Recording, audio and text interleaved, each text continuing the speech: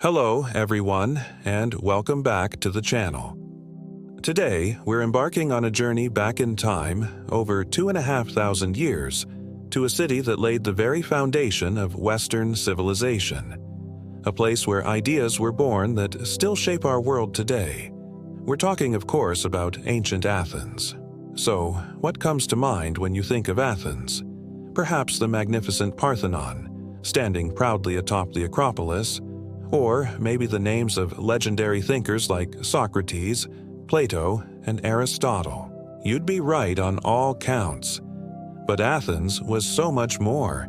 It was a bustling, innovative, and sometimes chaotic city that became a shining beacon of human achievement. Let's set the scene. Imagine walking through the Agora, the central marketplace of Athens. It's not just a place for buying olives and pottery. It's the beating heart of the city.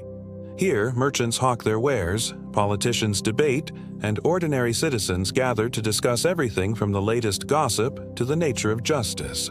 It's loud, it's crowded, and it's electrifying. This is where democracy wasn't just a concept.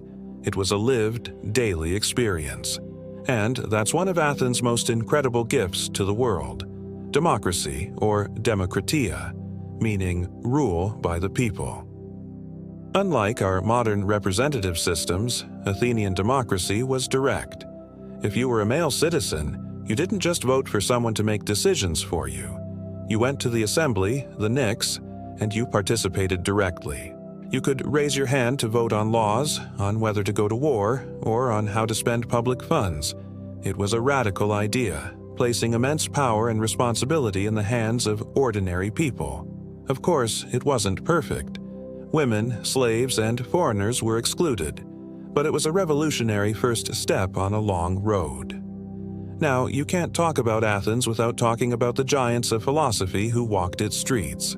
Picture this: a rather unusual-looking man named Socrates, wandering through that same agora, not selling anything but asking questions. Annoying, probing questions. He'd stop a general and ask, "What is courage?" He'd ask a politician, "What is justice?" He claimed to know nothing, but his method of questioning, the Socratic method, forced people to examine their own beliefs and was the spark that ignited a philosophical revolution. One of his most brilliant students was Plato.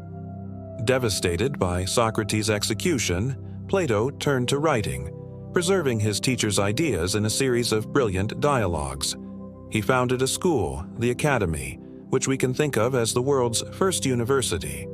Here, he explored profound questions about reality, knowledge, and the ideal society. He wondered if the world we see is just a shadow of a more perfect, real world of forms. And who was Plato's most famous student? None other than Aristotle. A true polymath, Aristotle's curiosity knew no bounds. He studied biology, physics, ethics, politics, poetry, logic, you name it. He was a master of observation and categorization.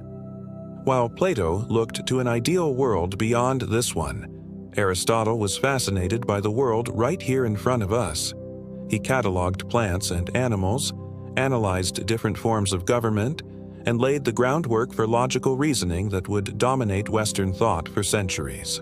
These three men, Socrates, Plato, and Aristotle, created a chain of thought that fundamentally shaped how we think about ourselves and the universe. But Athens wasn't just a city of the mind. It was also a city of the arts. The Athenians had a deep love for beauty, drama, and storytelling. This passion is most famously embodied in the theater. Twice a year, the city would come to a halt for the Dionysia, a grand festival in honor of the god Dionysus. Citizens would flock to the Theater of Dionysus, carved into the southern slope of the Acropolis, to watch plays, and these weren't just for entertainment. The great tragedies, written by playwrights like Aeschylus, Sophocles, and Euripides, explored the deepest, most difficult aspects of the human condition. They tackled themes of fate, pride, war, and family. Imagine watching Oedipus Rex for the first time, seeing a great king's life unravel as he discovers a terrible truth. These plays were a form of public discourse, a way for the city to collectively grapple with its values and its fears. And then there were the comedies, led by the master Aristophanes. These plays were raucous, satirical, and often hilariously crude. They made fun of politicians, mocked philosophers, and weren't afraid to tackle a controversial issue with a sharp joke. This freedom of speech, even in a comedic form, was another hallmark of Athenian society. This artistic and intellectual flourishing didn't happen in a vacuum. It was fueled by Athens' power and prosperity. In the 5th century BC, Athens became the leader of the Delian League, an alliance of Greek city-states. With its powerful navy, the strongest in the Aegean Sea, Athens controlled trade routes and collected tribute from its allies, which it then used to fund magnificent public works projects. The most famous of these is, of course, the Acropolis. Under the leadership of the great statesman Pericles, Athens embarked on an ambitious building program to glorify the city. He commissioned the Parthenon, a temple dedicated to the city's patron goddess, Athena. It was a marvel of architectural and artistic genius, adorned with intricate sculptures depicting an idealized vision of Athens. It wasn't just a temple, it was a statement, a declaration of Athenian confidence, power, and devotion to beauty and order. Every column, every frieze, was designed with mathematical precision to achieve a sense of perfect harmony. Life as an Athenian citizen was rich and varied. Beyond the assembly and the theater, the gymnasium was a central part of life, a place for physical training but also for socializing and learning. Education, at least for the sons of wealthy families, was highly valued, focusing on literature, music, and mathematics, all to create a well-rounded citizen capable of contributing to the life of the polis. So, why did this golden age eventually end? A combination of factors, including hubris and a devastating, decades-long war with its arch-rival, Sparta, known as the Peloponnesian War. The conflict drained Athens of its resources and manpower, and a terrible plague swept through the overcrowded city, killing a huge portion of the population, including Pericles himself.